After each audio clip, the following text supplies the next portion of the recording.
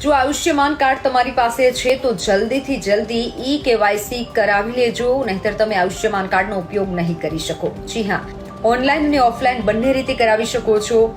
જો કોઈ વૃદ્ધ છે કે જેને ઓનલાઈન નથી ફાવતું, ઓનલાઈન નથી કરી શકતા, તો તે વૃદ્ધો વડીલો તે જઈ શકે છે CSC સેન્ટરમાં અને ત્યાં ઓફલાઈન કરાવી શકે છે.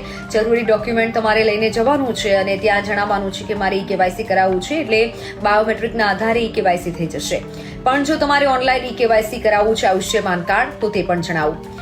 પોર્ટલ છે mera.pmgay.gov.in પર જઈ આ પોર્ટલ અહીંયા પણ લખેલું છે, તે પોર્ટલ તમારે ગૂગલમાં ટાઈપ કરવાનું છે. ટાઈપ કર્યા બાદ તમામ વિગતો આવશે, તે વિગતો ભરવાની છે, નંબર નાખવાનો છે, નંબરના આધારે OTP આવશે. OTP નાખ્યા બાદ ઈ-કેવાયસી થઈ જશે. તમે જનરેટ કરી PDF સ્વરૂપે પણ લઈ શકો છો, જેથી ક્યારેય પણ જો તમારે આયુષ્યમાન કાર્ડની જરૂરિયાત ઊભી થાય છે તો ઈ-કેવાયસી કરેલું હોય તો તેનો તમે ઉપયોગ કરી શકશો.